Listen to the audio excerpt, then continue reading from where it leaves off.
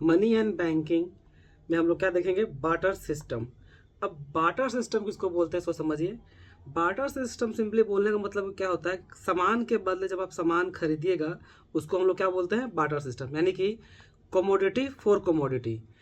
जो लैंग्वेज में पढ़े क्या लिखा है, the barter system refers to system of exchange where goods and service are directly exchange. बस यही हम मतलब आपको बार्टर सिस्टम का। बार्टर सिस्टम बोलने का बच्चों सिंपली बस इतना ही मतलब है कि एक हाथ से आप सामान दिए, दूसरा हाथ से क्या आप सामान लिए, तो क्या कहलाएगा वो आपका बार्टर सिस्टम। बस इसका इतना ही मतलब है और कुछ नहीं। तो ये सब उतना जानने की जरूरत है भी नहीं, ठीक है। अब limitation of barter system. Barter system में बहुत सारा कमियां थी। अब क्या क्या कमियां थी सो देखिए। सबसे पहला क्या था आपका, सबसे पहला था आपका lack of double coincidence of funds. ये सबसे इंपॉर्टेंट है, ठीक है। Lack of double coincidence of funds.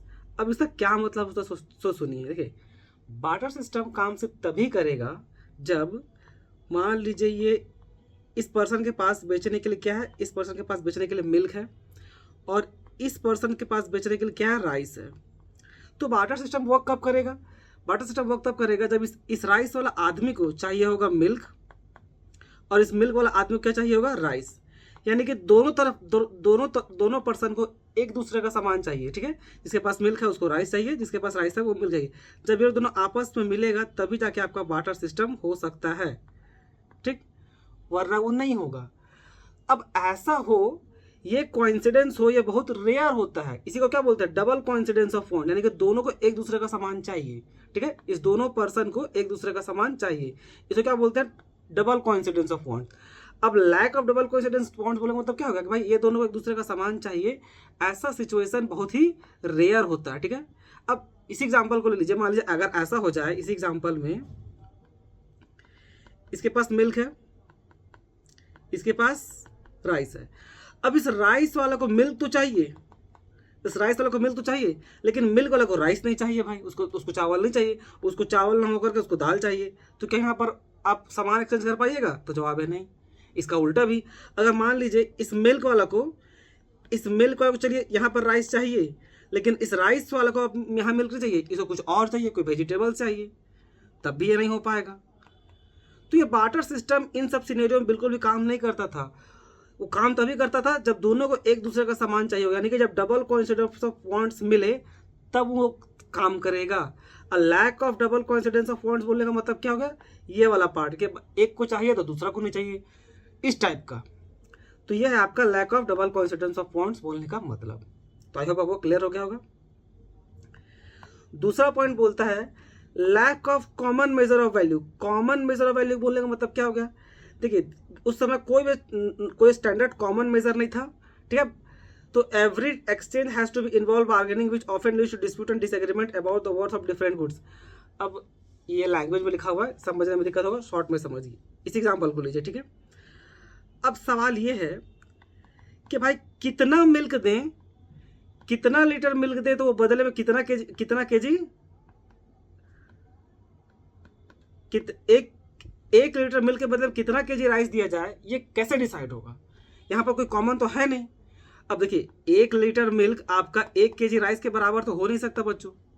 1 litre milk आपका 1 केजी राइस के बराबर तो है नहीं, दोनों अलग अलग प्राइस पड़ता है। अगर आप अभी का रेट में भी देखिएगा तो अभी का डेट में मान लीजिए दूध आपको मिल रहा है कितना, चलिए 40 रुपये लीटर के हिसाब से मिल जाएगा, या सही मायने में 60 रुपये लीटर चल रहा है, मूल का लेके चलिए।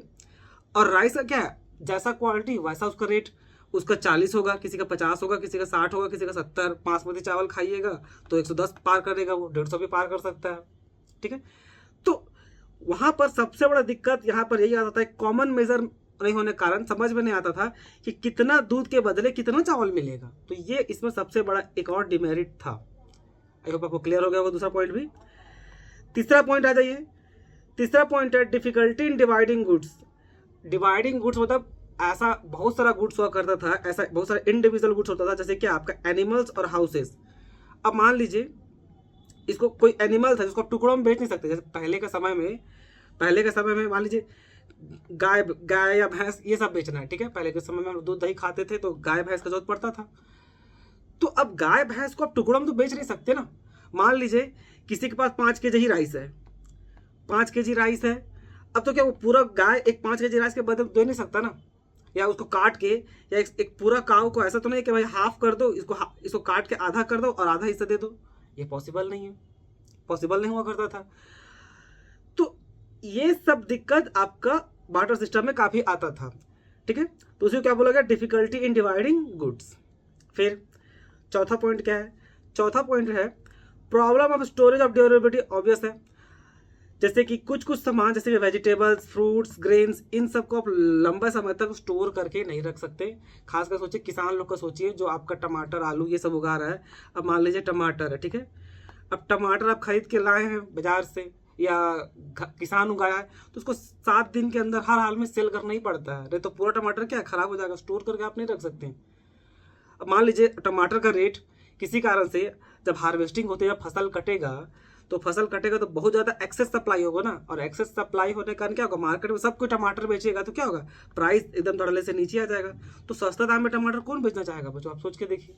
लेकिन मजबूरी है, उस समय बार्टर सिस्टम जिसमें चाहता मजबूरी है, नहीं बेचिएगा तो खराब हो जाएगा, ठीक है। तो ये सब दिक्कत उसमें होता था। हालांकि अभी भी वो दिक्कत होता है, बट बात यह क्या है कि अभी आप पैसा को तो एटलीस्ट स्टोर करके रख सकते हैं। अभी जब जो मनी है, अभी जब पैसा है, इसको आप स्टोर करके रख सकते हैं, ठीक है। सामान को भले आप स्टोर करके ना रख पाए, लेकिन पैसा को जरूर स्टोर करके रख पाइएगा। फिर एक और पॉइंट क्या है, difficulty in making deferreds payment. Deferreds payment बोले मतलब क्या होता है, फ्यूचर पेमेंट। डेफर्ड्स पेमेंट बोले मतलब क्या हो गया, फ्यूचर पेमेंट। जैसे कि क्या लिखा हुआ है, deferred payments made to be in future were extremely difficult because it was uncertain whether goods being exchanged would be retain same value of over time। अब इसका मतलब समझिए, जैसे कि आपको अगला साल, आप मान लीजिए ऐसे समझिए, आपको पता है कि भाई अगले साल एक बहुत बड़ा फंक्शन आपको घर में करना है, किसी का शादी करना अगला साल, तो उसको आप तैयारी अभी से बढ़िया से कर रहे हैं, ठीक है। तो आप दुकानदार पास गए, वो आपको राइस दिखाया, अब भाई चावल का क्वालिटी दिखा, वो आपको चावल का क्वालिटी दिखाया, चावल आपको बहुत, किसान के पास गया, मान के चलिए किसान था वो, उसका चावल आपको बहुत अच्छा लगा, वो बोला उस समय के हिसाब से आप उसको 40 रुपये पर केजी के हिसाब से खरीदने को तैयार थे। चावल क्वालिटी बहुत अच्छा लगा, जो सैंपल दिखाया था वो, ठीक है। तो अब आप बोले भाई चावल तुमको अभी नहीं चाहिए, हमको अगला साल बहुत हैवी क्वांटिटी में चावल चाहिए, हमको बहुत बड़ा पार्टी देना है, इस टाइप का समझ लीजिए। तो अब किसान चावल उगाएगा, तो बच्चों क्या गारंटी है कि चावल सेम क्वालिटी मेंटेन करेगा जो आपको सैंपल में दिखाया था। ये सेम सैंपल यहाँ राइस सेम राइस होगा, क्वालिटी घट भी सकता है, क्वालिटी बढ़ भी सकता है, दोनों में से कुछ भी हो सकता है। घट गया तो आपको दिक्कत, बढ़ गया तो किसान को दिक्कत, बहुत तरह का दिक्कत आएगा, तो बहुत प्रकार का इशू आता है, ठीक है। तो इस चावल को अब आप डिसाइड किए थे 40 पर केजी में बेचेंगे, तो भाई अब यहाँ पर 40 पर केजी में तो बेचना नहीं चाहिएगा, खरीदना नहीं चाहिएगा। या किसान अगर मेहनत किया कि अच्छा किया, या क्वालिटी बहुत अच्छा और हुआ, तो आप उसको सस्ता में फिर बेचना नहीं चाहिएगा। तो ये इस तरह का उसमें बहुत दिक्कत आता था। लेकिन फ्यूचर पेमेंट्स करना इतना आसान नहीं था। आज का डेट में हम लोग जो अनुमान लगा लेते हैं, वो उस टाइप का पहले नहीं हुआ करता। आजकल वो पैसा का टाइम में अनुमान लगाते हैं ना, तो वो बहुत ईजी हुआ करता था, पैसा का टाइम बहुत ईजी पड़ता है। इस तरह सामान का क्वालिटी को मेंटेन करना, सामान के बदले सामान। और ऐसे समझ लीजिए, मान लीजिए डिसाइड ये हुआ था भाई राइस के बदले आपको वो क्या देता, आपको काऊ देता, ठीक है। तो राइस चलिए सेम क्वालिटी का भी हो गया, क्या कुछ हो कि काऊ 6 महीना 7 महीना बाद उसी क्वालिटी में मेंटेन रहे, क्या पता वो बीमार पड़ गई, वो गाय बीमार पड़ गई तो उसका तबीयत खराब हो गया, वो दूध दही नहीं देती है, ठीक से दूध नहीं देती है। तो जब वो दूध ठीक से नहीं देगी तो फिर क्या फायदा उसको एक्सचेंज करने का। तो इस तरह का बहुत तरह का उसमें इशू हुआ करता था। तो ये था आप बच्चों आपको बार्टर सिस्टम, और ये सब उसमें कमियां थी, जिसमें सबसे ज़्यादा इंपॉर्टेंट कमी कौन सा है आपका, ये lack of double coincidence of funds. हालांकि ये सभी इंपॉर्टेंट है, 4 जो इसमें सबसे ज़्यादा इंपॉर्टेंट है, 4 जो सबसे इंपॉर्टेंट है, ये सबसे पहला ये lack of double coincidence of funds, ये कॉमन मेजर ऑफ वैल्यू, और आपका स्टोरेज वैल्यू, और ये डिफर्ड पेमेंट्स। ये 4 काफ़ी नामी हैं, तो उसको ध्यान से देखिएगा, ठीक है। तो आई होप आपको समझ में आया हो। पैसा यानी कि मीनिंग ऑफ मनी, पैसा हम लोग किसको बोलते हैं, देखिए आम बोलचाल भाषा में तो पैसा किसको बोलते हैं आपको पता ही है, ठीक है। बुकिश लैंग्वेज में, बुक का लैंग्वेज में हम लोग पैसा किसको बोलते हैं, सो देखिए पैसा बोलने का मतलब होता है कि पैसा हम लोग उसको बोलते हैं कोई भी वो चीज जो आपको गुड्स और सर्विस लेने में हेल्प करे उसको क्या बोलेंगे हम लोग? पैसा। कोई भी वो चीज जिसके बदले में आप गुड्स और सर्विस ले सकेंगे, उस चीज को क्या बोल दे सकते हैं हम लोग? पैसा। अब यही कारण है बच्चों, 10, यही कारण है कि जो पैसा है केवल करेंसी और कॉइन यानी कि नोट और सिक्का को ही केवल पैसा नहीं बोलते हैं, ठीक है। हर वो चीज जो आपका ये चीज कर दे जिसके बदले में आप गुड्स और सर्विस ले सकते हैं, जिसके बदले में गुड्स और सर्विस ले सकते हैं, उस फंक्शन को क्या बोलते हैं? उसको लोग बोलते हैं, यहाँ देखिए, उसको बोलते हैं हम लोग क्या? Medium of exchange. Medium of exchange, ठीक है। ये जो टर्मिनोलॉजी इस्तेमाल होता है, anything that can be perform medium of exchange is called money, ये टर्मिनोलॉजी इस्तेमाल होता है सही मायने में। अब यही कारण है कि जो बैंक में है उसको भी हम लोग पैसा बोलते हैं, जो चेक डिपॉजिट है उसको भी पैसा बोलेंगे, डिजिटल फॉर्मेट पर जो भी है उसको भी पैसा बोलेंगे, इंक्लूडिंग अगर आप गोल्ड लेकर के कोई सामान खरीद लिए वो भी आपका पैसा ही कहलाएगा। सोना चांदी कुछ भी लेके आप सामान खरीद दिए तो भी आपको पैसा कहलाएगा। आप अपना गाड़ी के बदले में कुछ खरीद के आ गए तो गाड़ी आपका पैसा का टर्म में आएगा। डिफिनेशन वाइज यानी कि बुकिश लैंग्वेज के हिसाब से पैसा हम लोग हर वो चीज जो आपका मीडियम ऑफ एक्सचेंज फंक्शन को परफॉर्म करे उसको क्या बोलते हैं? मनी, ठीक है। अब एक इकोनॉमिस्ट थे क्रोथर, वो क्या डिफाइन किए तो देखिए, वो बोले थे money is anything that generally accepted as a means of exchange and at same time act as a measure and store value. Same मोटा मोटी वही बात बोले, वो भी कुछ नया नहीं बोले हैं, ठीक है। अब बताइए function of money. Function of money में मेनली दो फंक्शन होता है, एक प्राइमरी और दूसरा सेकेंडरी। प्राइमरी फंक्शन में दो ठो आपका आता है, एक मीडियम ऑफ एक्सचेंज और एक मेजर वैल्यू। सेकेंडरी फंक्शन में आपका आता है क्या? स्टोर वैल्यू और एक दूसरा डिफर्ड्स ऑफ स्टैंडर्ड पेमेंट्स। ये दो फंक्शन इंपॉर्टेंट है, चलिए एक एक करके दोनों को देखते हैं। सबसे पहला प्राइमरी फंक्शन में क्या आपका? Medium of exchange. अब मीडियम ऑफ एक्सचेंज बोलने का मतलब क्या है कि पैसा जो है आपका मीडियम ऑफ एक्सचेंज का फंक्शन को परफॉर्म करता है। जैसे कि क्या लिखा हुआ देखिए, यानी कि पहला फंक्शन यानी कि आप पैसे के बदले में कोई भी गुड्स और सर्विस ले सकते हैं। इस फंक्शन को क्या बोलेंगे? मीडियम ऑफ एक्सचेंज, पहला फंक्शन यानी कि पैसा दो उसके बदले में कुछ भी ले लो, ठीक है, गुड्स चाहे सर्विस, ठीक है।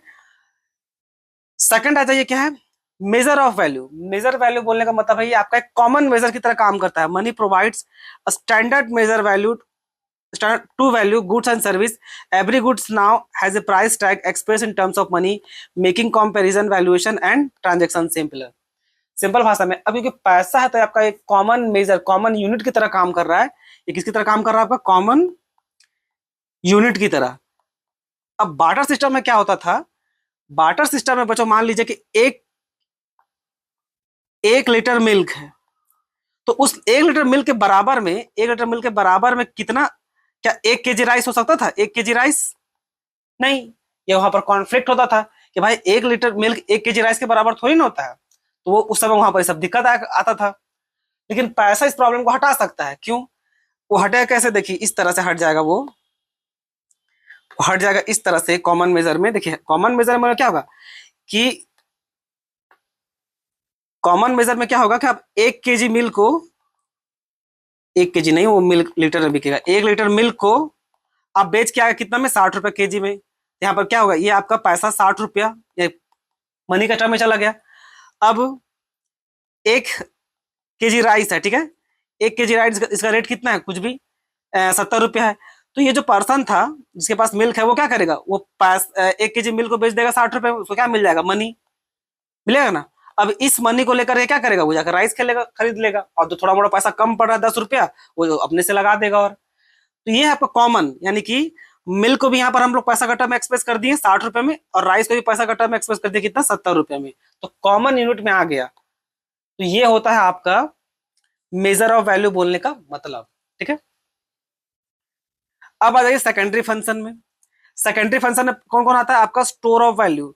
स्टोर वैल्यू पहले का, जैसे कि सामान को, पहले का जो सामान था उसको हम लोग स्टोर नहीं कर पाते थे। जैसे आपको बताए थे जितने वेजिटेबल्स होगा, फ्रूट्स होगा, ये सबको स्टोर करना पॉसिबल नहीं था, वो खराब हो जाएगा। लेकिन पैसा, पैसा कभी खराब नहीं होता है। यहाँ पर देखिए लिखा हुआ है विदाउट डेटोरिएशन। डेटोरिएशन का मतलब खराब नहीं हो, खराब डेटोरिएशन का मतलब होता है खराब होना। लेकिन बगल में लिखा हुआ क्या? विदाउट, उसका मतलब क्या होगा? विदाउट डेटोरिएशन मतलब खराब नहीं होना। तो पैसा जो है, जो करेंसी होता है, करेंसी चाहे आपका कॉइन, ये सब आपका खराब नहीं होता है। करेंसी भी मत सोचिए जो कागज का खराब हो जाएगा, नहीं, वो थोड़ा सा स्पेशल टाइप का कागज रहता है, वो जल्दी से खराब भी नहीं होता है। Standards of deferred payments. अब पैसा क्या फ्यूचर पेमेंट्स करने में बहुत हेल्प करता है, ठीक है। Money can borrow and lends obligation can be settle in terms of money making contracts and credit transaction possible. तो ये क्या है आपका, इससे आप सामान उधार में भी मतलब फ्यूचर में पेमेंट्स करने में आपको सुविधा होगा। पहले क्या था, फ्यूचर पेमेंट्स करने में काफी दिक्कत हुआ करता था, लेकिन जब मनी आ गया तो आप इजिली बहुत ही ज्यादा फ्यूचर पेमेंट्स कर सकते हैं, ठीक है। जैसे कि आपको जैसे उदाहरण दिए थे कि क्वालिटी, जैसे राइस है, ठीक है।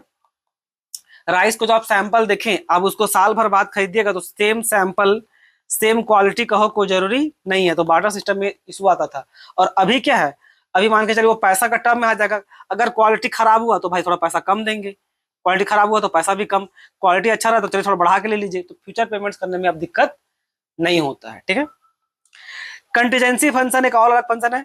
Primary primary function primary function और सेकेंडरी फंक्शन के अलावे जो भी फंक्शन आएगा उसको क्या बोलते हैं, कंटीजेंसी फंक्शन। ये आपका उतना इंपॉर्टेंट नहीं है, इसलिए इसको रहने दीजिए।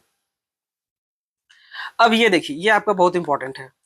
ये आपका इंपॉर्टेंट कैसे है, ये आपको बताता है कि ये एग्जाम में डाटा से पूछा जाएगा कि what do mean by lack of double coincidence, यानी कि बार्टर सिस्टम का प्रॉब्लम और कैसे पैसा उस प्रॉब्लम को सॉल्व किया।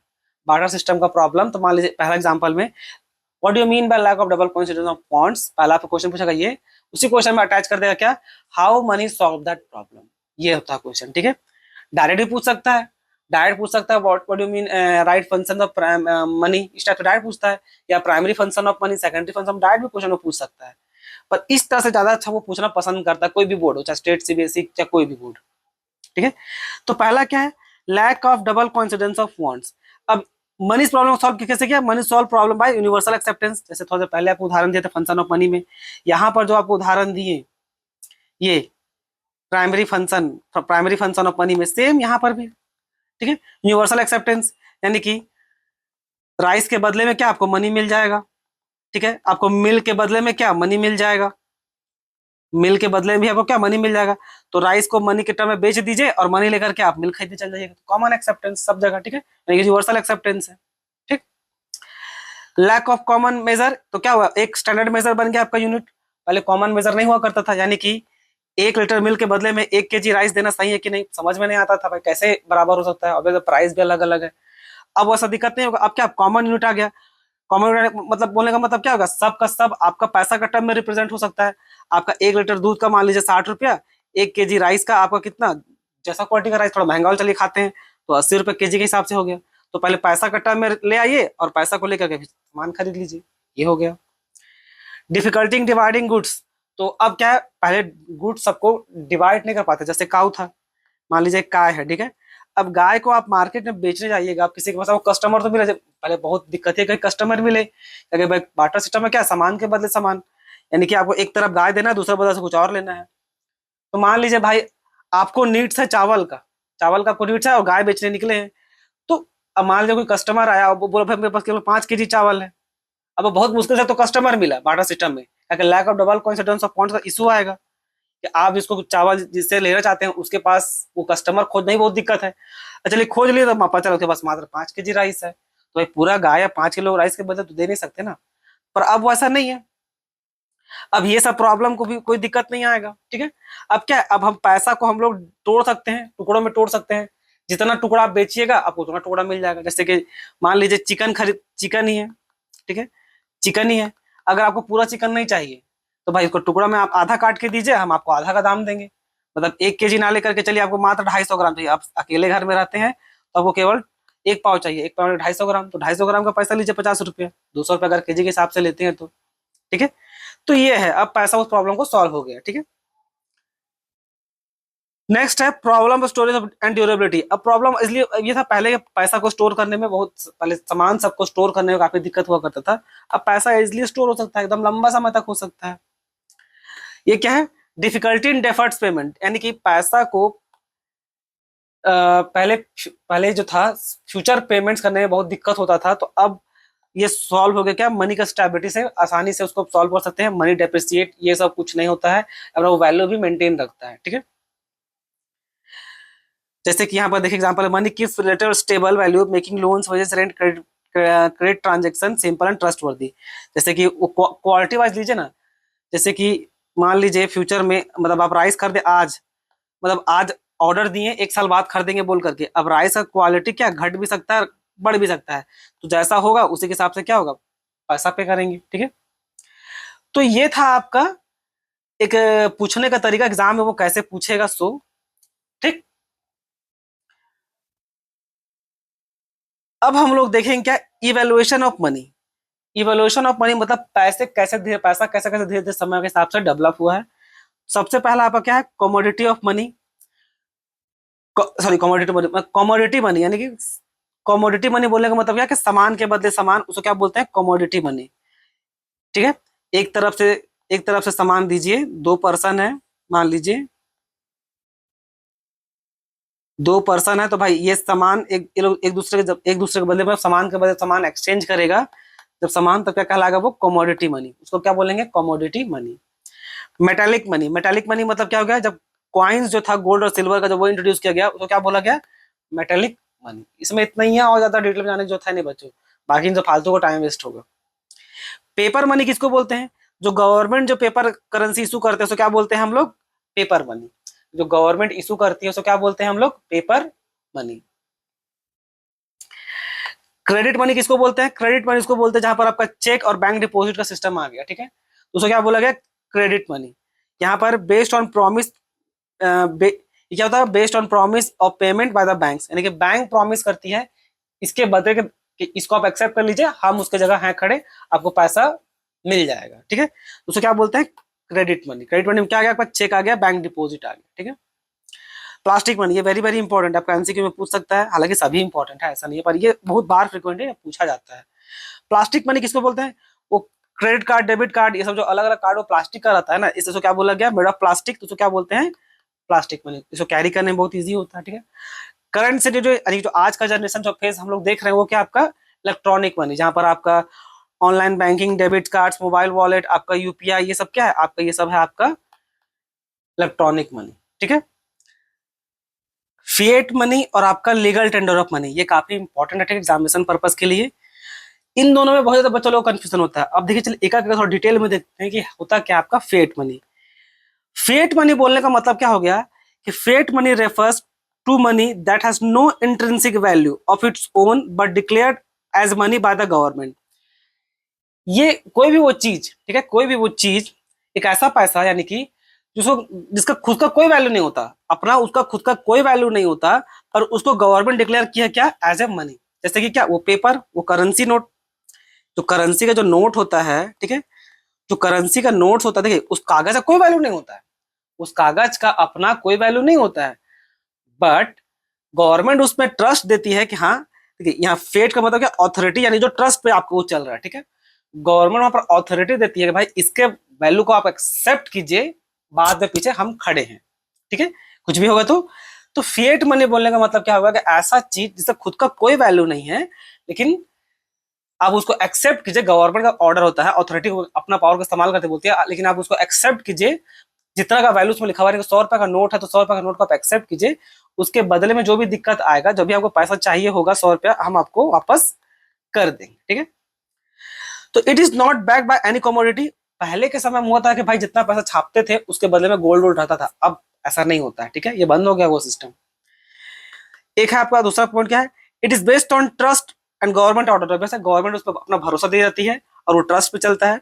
People accept it because government is authority to valid money. Government जो चाहती है अपना अथॉरिटी का पावर, अपना पावर का इस्तेमाल करके उसको हम लोग डिक्लेयर करते हैं। ठीक है, जैसे आपका करेंसी का हो गया जिसमें कागज का कोई वैल्यू नहीं होता सही मायने में, तो ये आपका क्या एक प्रकार का फिएट मनी। ठीक है, देखिए पहले के समय में क्या होता था बच्चों, पहले के समय में क्या था, जैसे सिल्वर, जिस समय गोल्ड और सिल्वर चलता था, जिस समय गोल्ड और सिल्वर चला करता था, तो गोल्ड का अपना वैल्यू होता है। अब गोल्ड को गला भी, मान लीजिए सिक्का है गोल्ड का, ठीक है, गोल्ड कॉइन है, 10 ठो गोल्ड कॉइन है, ठीक है, 10 गोल्ड कॉइन है, 10 गोल्ड को आप गला भी दीजिएगा, गला उला के सब आप ज्वेलरी पहन लिए, तो उस ज्वेलरी का वैल्यू आपका 10 गोल्ड कॉइन के बराबर होगा। ठीक है, लेकिन अब मान लीजिए नोट है, करेंसी 100 रुपए का नोट है, ठीक है, अब उसको जला दीजिएगा तो जला वो जो राख बन जाएगा, उस राख का कोई वैल्यू नहीं है। ठीक है, तो फिएट मनी क्या है ना, गवर्नमेंट का ट्रस्ट पे चलता है, वो ट्रस्ट पे, उसका ऑर्डर पे, गवर्नमेंट का ऑर्डर पे, ठीक है। अब आ जाइए लीगल टेंडर मनी किसको बोलते हैं। ठीक है, दोनों ऑलमोस्ट सिमिलर ही है, थोड़ा कंफ्यूजन करेगा तो गौर से सुनिएगा, दोनों सिमिलर ही है। एक है आपका क्या, legal tender of money. Legal tender of money बोलने का मतलब होता है गवर्नमेंट जो है ना, लीगल टेंडर ऑफ मनी बोलने का मतलब मस्ट बी एक्सेप्टेड, यानी कि गवर्नमेंट उसको ऑर्डर किया कि उसको आपको हर हाल में एक्सेप्ट करना ही पड़ेगा। तो कैसा इसको आप रिजेक्ट कर सकते हैं। देखिए ये भी आपका पैसा कहलाएगा और ये भी आपका पैसा ही है, बट इस वाला पैसा को आप चाहे तो रिजेक्ट कर सकते हैं, लेकिन ये वाला जो चीज है ना, उसको आप चाह के भी रिजेक्ट नहीं करते। जिसका बेस्ट एग्जांपल आपका क्या है, आपका बेस्ट एग्जांपल आपका ये करेंसी नोट्स और आपका कॉइन। आप बोलेगा सर इस पे भी तो आप करेंसी ही बोल रहे थे, तो सुनिए एग्जांपल आपको दूसरा देते ताकि आपको क्लैरिटी के साथ समझ में आए। फेट मनी क्या है, जैसे कि फेट मनी में मान लीजिए आपका चेक है, ठीक है, आपका चेक मान लीजिए, चेक भी आप दूसरे को दीजिएगा तो भी आपका बैंक का ट्रस्ट पे, गवर्नमेंट का ट्रस्ट पे वो दौड़ती है, ठीक है। तो चेक आपका एक प्रकार का फेट मनी तो है, बट वो आपका लीगल टेंडर ऑफ मनी नहीं है। कैसे, देखिए चेक का, इस जो चेक है, जो चेक है ना बच्चों, चेक का अपना कोई वैल्यू तो नहीं है, ठीक है, चेक का अपना भी कोई वैल्यू नहीं है, बस वो गवर्नमेंट का ट्रस्ट पे दौड़ रही है। लेकिन इसका डिफिनेशन में आएगा लीगल टेंडर ऑफ मनी, यहां पर क्या बोलता है कि वहां पर जो भी गवर्नमेंट इशू की होगी ना, उसको हर हाल में एक्सेप्ट करना ही पड़ेगा। जैसे कि आपका कॉइन, आपका कहा गया, कॉइन और सिक्का सब, अगर कॉइन और सिक्का को आप लेने से मना कर दीजिएगा तो आपके ऊपर केस कर सकती है आरबीआई। ऐसा एक बार हुआ भी था, कोई आदमी था जो अफवाह फैला देता नहीं पहले कि 10 रुपए का सिक्का नहीं चलेगा, तो 1 रुपए का सिक्का नहीं चलेगा, अपने वो लोग गवर्नर बन जाता है, जो लोग बन जाता है, तो इस पे आप केस कर सकते हैं। लेकिन मान लीजिए कोई पर्सन आपको यहाँ चेक दे रहा है, ठीक है, चेक दे रहा है, तो क्या आप चेक को रिजेक्ट कर सकते हैं, नहीं भाई हम चेक नहीं लेंगे, तो क्या आपके ऊपर केस होगा, तो जवाब है नहीं, नहीं होगा। भले ही वो फिएट मनी है, भले ही वो फिएट मनी है, पर वो लीगल टेंडर ऑफ मनी नहीं है। गवर्नमेंट को कंपलसरी नहीं किया कि आपको चेक भी हर हाल में लेना ही पड़ेगा। अब बहुत सारी दुकान में जाइए चेक काट के दीजिएगा, दुकानदार मना कर देगा, और उसको आप केस नहीं कर सकते कि चेक नहीं लगा। गवर्नमेंट केस नहीं कर सकते गवर्नमेंट के पास कि सर वो चेक नहीं ले रहा है, गवर्नमेंट उसको लीगल टेंडर नहीं किया है। लीगल टेंडर करने का मतलब है कि जिसको गवर्नमेंट लीगल टेंडर कर देगी उसको आप चाह के भी मना नहीं कर पाइएगा। जैसे कि आपका नोट सब और सिक्का सब, उसको आपको हर हाल में एक्सेप्ट करना ही पड़ेगा। तो यही कारण है बच्चों कि बहुत बार क्या होगा कि जो फिएट मनी है कोई जरूरी नहीं हो कि वो लीगल टेंडर ऑफ मनी भी हो। जितना लीगल टेंडर ऑफ मनी है वो हर हाल में फिएट मनी होगा, ठीक है, गवर्नमेंट का ऑर्डर पे चला गया है वो, उसको आपको एक्सेप्ट करना पड़ेगा, नहीं तो आपको जेल जाना पड़ेगा। तो जितना लीगल टेंडर मनी है वो आपका फिएट मनी बन तो सकता है, लेकिन जो फिएट मनी है वो आपका लीगल टेंडर मनी बने कोई जरूरी नहीं है। जैसे एग्जांपल क्या है, चेक। चेक आपका एक प्रकार का फिएट मनी है, बट वो आपका लीगल टेंडर ऑफ मनी नहीं है। गवर्नमेंट उसको कंपलसरी नहीं किया कि इसको हर हाल में आप एक्सेप्ट कीजिए ही कीजिए। तो आई होप आपको समझ में आ गया हो।